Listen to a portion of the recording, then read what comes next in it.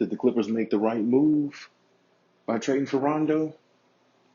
The only time will tell. They're going to have to definitely play the right way and do the right things in the playoffs against these matchups that they have in order for the move for Rondo to be the perfect fit and the perfect situation and the ideal situation. Playoff Rondo is what you need to get over the hump.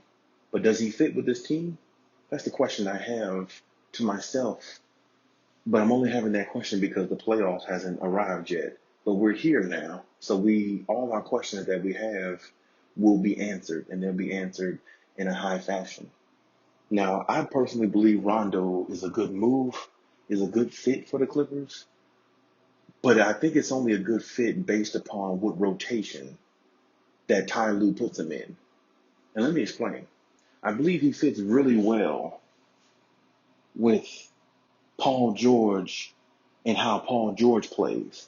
I believe he fits pretty adequate with Kawhi Leonard, but Kawhi Leonard is more of a half-court basketball type player, and the ball doesn't move as much with Kawhi Leonard because his isolation game is really, really good. It's always been really great. His isolation game has always been flawless.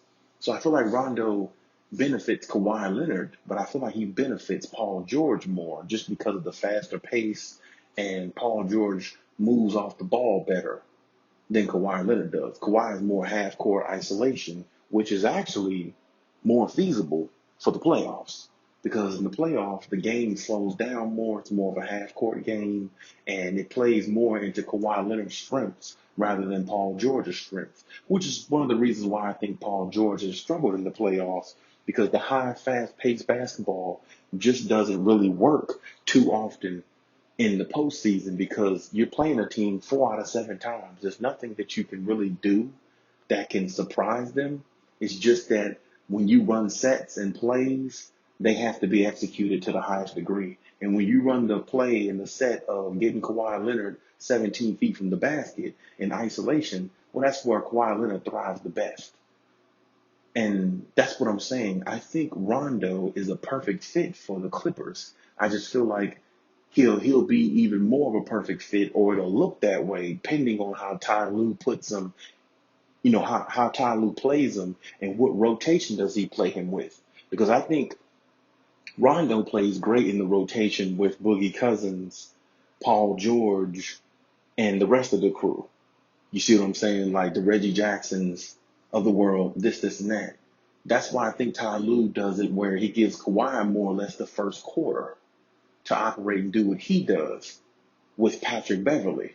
And I think that would be a better fit because Patrick Beverley is more of the point guard who will not try to control the game with too many antics the way Rondo does. Even though Rondo does it at a high level, he's always done it at a high level. But Patrick Beverley will be the point guard who will run down the court, get the ball where Kawhi Leonard likes it, right in that spot, and let Kawhi go to work. And if Kawhi gets double teamed, then Patrick Beverley takes the shot, which is the three-pointer, in which he's improved so much between this year and last year. It's crazy, actually, how much he's improved with it, which is very impressive.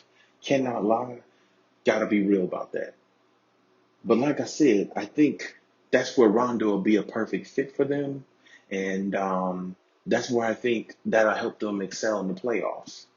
Now, another topic I wanted to speak on was potential off-season trades. And I had a couple of people reach out to me in regards to this. So this is the reason why I wanted to talk about the off-season trades potentially if things, either go right or wrong for the Clippers. There were some, like you can look online now, there's some off-season trades out there, acquisitions that would fit the Clippers. Now, personally, I think if they don't win the championship, I do think when I look at Paul George, can they trade him? No, they can't. Probably not. They would have to make wonders happen to do something like that if Paul George, turns into Pandemic P for some reason in the playoff. But I don't know if nobody would be opposed to it. But I like Paul George. But if they somehow made it to where they can get Bradley Beal for Paul George, not many people will really go against that. A lot of people would dislike it at first. But Bradley Beal with Kawhi Leonard would be a good fit if you ask me because they both can feed off each other. And my personal opinion, two superstars are better when they're playing two different positions. I feel like Kawhi Leonard and Paul George play the same position, which is small forward. So it's almost like they step on each other's toes at some point. If you look at all the other duos in the NBA of the superstars, it's like everybody plays a different position. Yeah, LeBron is the point forward, small forward, or power forward small forward for the Lakers. And Anthony Davis is the center, power forward.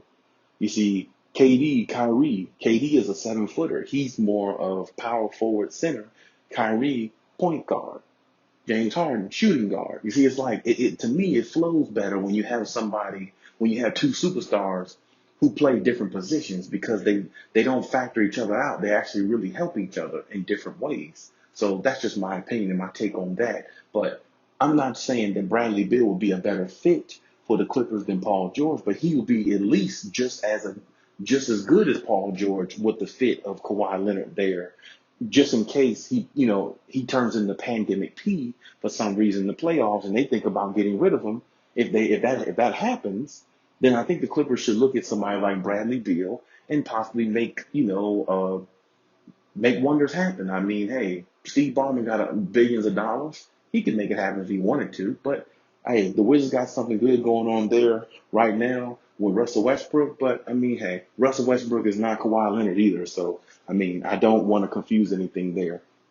Now, as far as point guard, I do think Rondo is a good point guard for us to have and keep. But for the future, where is Rondo going to be? Rondo's 35 years old. Rondo is not exactly 25 years old, and he's got 10 years left. Rondo may only have one or two good seasons left in him for championships. So when you think about that, I think the Clippers definitely should look in the point guard direction as well. Now, I do like Kyle Lowry. I've said that before in one of my videos. I love the fact that Kyle Lowry is a good fit. He would be a great fit for the Clippers if Kawhi Leonard stayed there because that would be like the Raptors 2.0 almost. You got Serge Ibaka, you got Kawhi Leonard, and then you have Kyle Lowry, the heart and soul of the Raptors team that won the championship in 2019. Great one. But I also think if they threw a Kemba Walker in there somewhere, I think Kemba would fit with Kawhi Leonard more as well because I think Kemba would learn how to be more play championship basketball with a championship caliber player like Kawhi and learn the point guard position from a playoff Rondo who has been there a multitude of times. So I think that would be a good fit for them as well. And I feel like those are some trades that they can actually look into and have. I did say a couple weeks ago, or a few videos back, I should say, about George Hill being a part of the rotation too, or not rotation, I should say, a part of the trade acquisitions, off-season acquisitions they should look into as well, because I think he would definitely fit, in their rotation as well, just by what he brings of getting to the basket and knocking down open shots if he needs to, but he also is not a turnover machine. So when you look at that in its entirety, I think George Hill would be a good fit for them as well. Now, I don't think they should get rid of Boogie after this year, but I guess that's going to depend on, how he plays in the playoffs and, how healthy he is, for one. I'm not really sure if they should look into another power forward in that position. And if they do, I'm not really sure what power forward would really fit, in the position if they decide to get rid of Boogie after this season, going into the off season and look at other talent. I'm really not sure. You can go ahead and let me know in the comment section what you think about that, because I'm really not seeing any power forwards or forwards out there that would fit with the Clippers or with their rotations and how they play very well. I mean, it would have to be somebody who's just, I don't know, a knockdown shooter, but also add some defense to their repertoire. And I can't really think of a power forward right now that I would like to see in the place of Boogie right now specifically. But, you can leave any comments in the comment section about that one. And just to speak on it also, hopefully the Clippers will pull this victory out and win the championship, because I really would hate to see Kawhi leave the Clippers.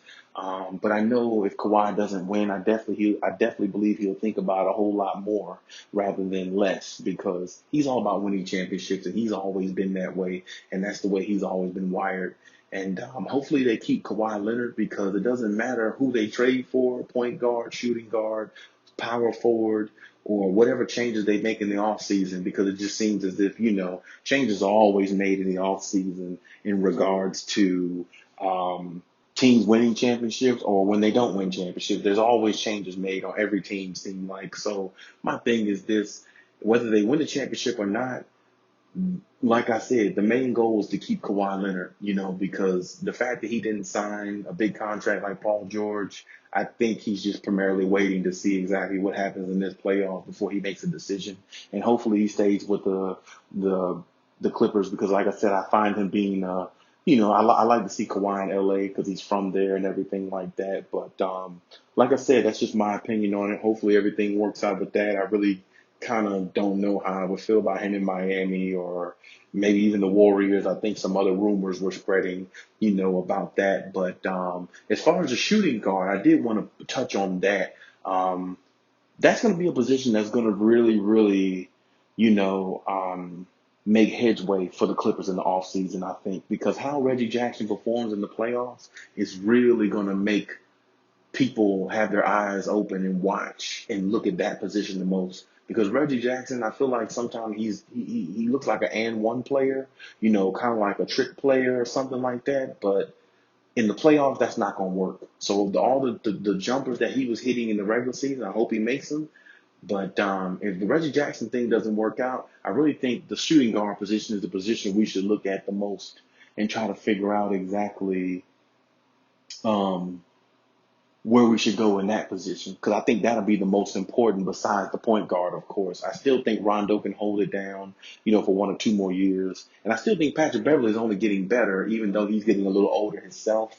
But at the same time, his jumper is getting a lot better. So his pesky defense is always going to be there. So I think the position we need to look at in the offseason the most is going to be that shooting guard position, which is where Reggie Jackson plays. And we'll just see how it plays out. But hey, this is my take on it. It's just a couple of takes I wanted to bring to you guys and talk about. Hey, let me know your opinion and your comments about any offseason trades, acquisitions I spoke on, or any comments that I made in this video. Because like I said, your comments mean more than mine. I'm here to give you mine, but I'm also here to listen to yours next time.